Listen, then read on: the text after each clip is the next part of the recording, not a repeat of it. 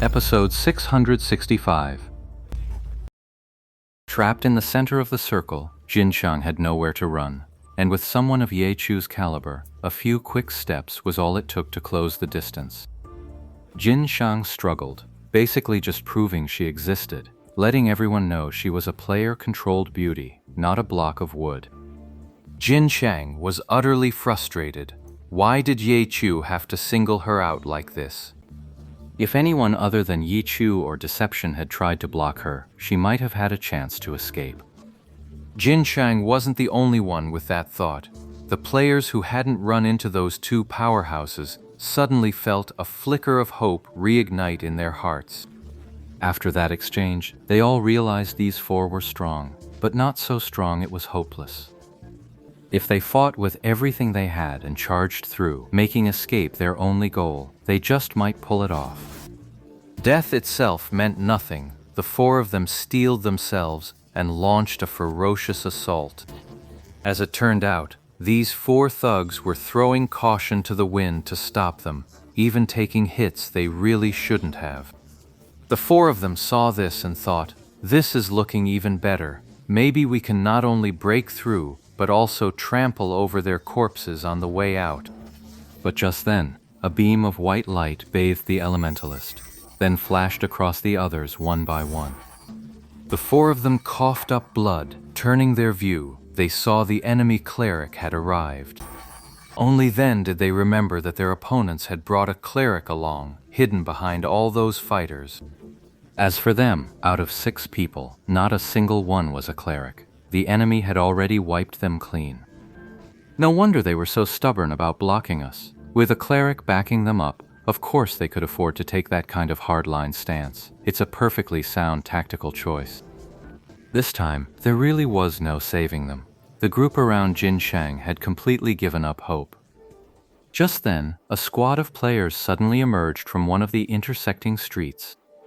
Chen Yehui was a veteran with years of combat experience. He wanted to get the details from Jin Shang, but when he saw no reply, he immediately knew something was wrong. This clearly meant the situation had grown so dire that there was no time left to type a reply. They actually pushed half the guild to this point? What the hell did Ye Chu and Deception do? Chen Yehui was taken aback, but he didn't let his guard down. Without delay, he passed the news on to Tiananxing and Elder Chuni. What? How did they get over there?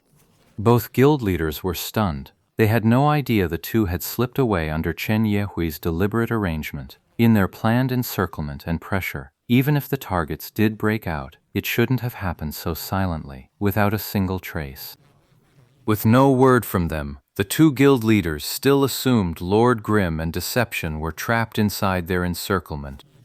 The search perimeter tightened, victory practically within reach. Both of them could barely contain their excitement. But now, Chen Yehui sent them this message. The two guild leaders took one look at the electronic map and, good heavens, the coordinates were 100,000 miles off from the area they'd been searching. Who the hell knows? We've got a squad tangled up with them fighting right now. You got anyone nearby? Chen Yehui was cunning to the core. He sensed something was off. But without knowing the full picture, he held back and sent those two guilds in to test the waters first.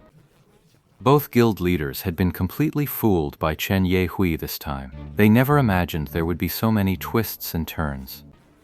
Let's take a look. Both of them acknowledged the order and immediately went to round up the guild members. I've got a squad right here. Tiananxing spoke quickly. Your people, go support them now. Ours will be there any second. Surrounded again. What a pain. Tiananxing was still stewing over that, fully convinced that Lord Grimm and Deception were just playing their usual hit-and-run game. Strike when they had the chance, bolt when they didn't. Chen Yehui could tell that Jin Shang and his group were getting absolutely wrecked. He didn't have the exact intel, but he was sure of it. Yet he said nothing to Tiananxing or Chunyi Lao. So Ye Chu's really just targeting Ji Wang's people, payback. And Ji Wang's pretty pathetic too, still can't catch him after all this. Tiananxing was still mulling over these thoughts. He didn't mind seeing the Jia dynasty take a hit, but this endless, repetitive cycle was starting to wear on his patience. At the street entrance, Jin Xiang and his 5 companions finally couldn't hold on any longer. This time, though, since the enemy hadn't grouped them together for an AoE, their condition deteriorated at different rates. Just as the first one finally collapsed, they saw a squad turn the corner at the street entrance. Spotting the commotion, the group rushed over at once. Jin Xiang and the others felt a surge of joy at first, but then they realized it was only half a squad, and their hearts sank. Even a full squad wouldn't be enough to fill their teeth, let alone half a squad. But this half squad had zero awareness of that. They charged in with full aggression. As they got closer, everyone could see clearly it was the Herbal Hall crew. Activity teams were generally made up of 5 people per group, and this one was no exception. Having received a personal summons from the guild leader, they rushed toward the designated coordinates at full speed. Before they even reached the coordinates, they spotted chaos at a crossroads. This desolate level 55 leveling zone was usually deserted. If there was a commotion, what else could it be? So, though they hadn't seen clearly, the 5 of them still rushed over in a hurry. As they got closer, they immediately recognized the names Lord Grimm and Deception.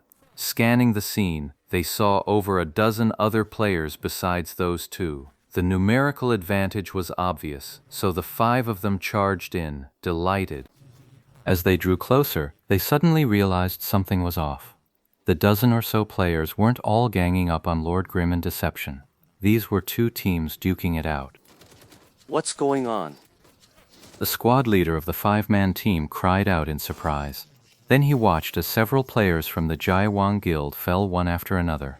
Their killers' nameplates were all blank. None of them belonged to any guild. Those players casually looted the dropped gear and, without resting, charged straight at his half-squad. 1, 2, 3, 4, 5, 6, 7. The squad leader counted. The enemy had 7 people, 2 more than his own team, and among them were extraordinary experts like Junmo Shao and Hui Burenjuan. They scooped up the dropped gear without a pause, then charged straight at the half-squad. 1, 2, 3, 4, 5, 6, 7, the squad leader counted. 7 of them, 2 more than his own team, and among them were exceptional fighters like Lord Grimm and Deception. Damn it, how are we supposed to fight this? Let's get out of here. At first, the 5 of them were a bit slow on the uptake, but now they were sharp as a tack. No questions asked, no tests run, they just turned and bolted. The squad leader simply sent a message to their guild leader, saying, There are 7 of them. That single message had cost blood, 8 words. The squad leader didn't bother counting how long it took him to type and send it, but in that brief delay, the enemy had already surged forward. You go on ahead.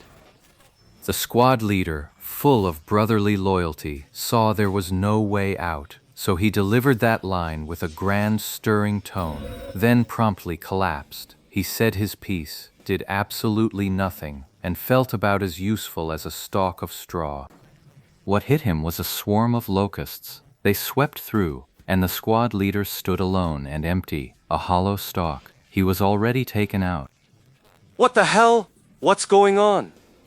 The squad leader, whose soul had already soared into the sky, stared down in disbelief as the 7 of them charged at his remaining teammates like starving wolves.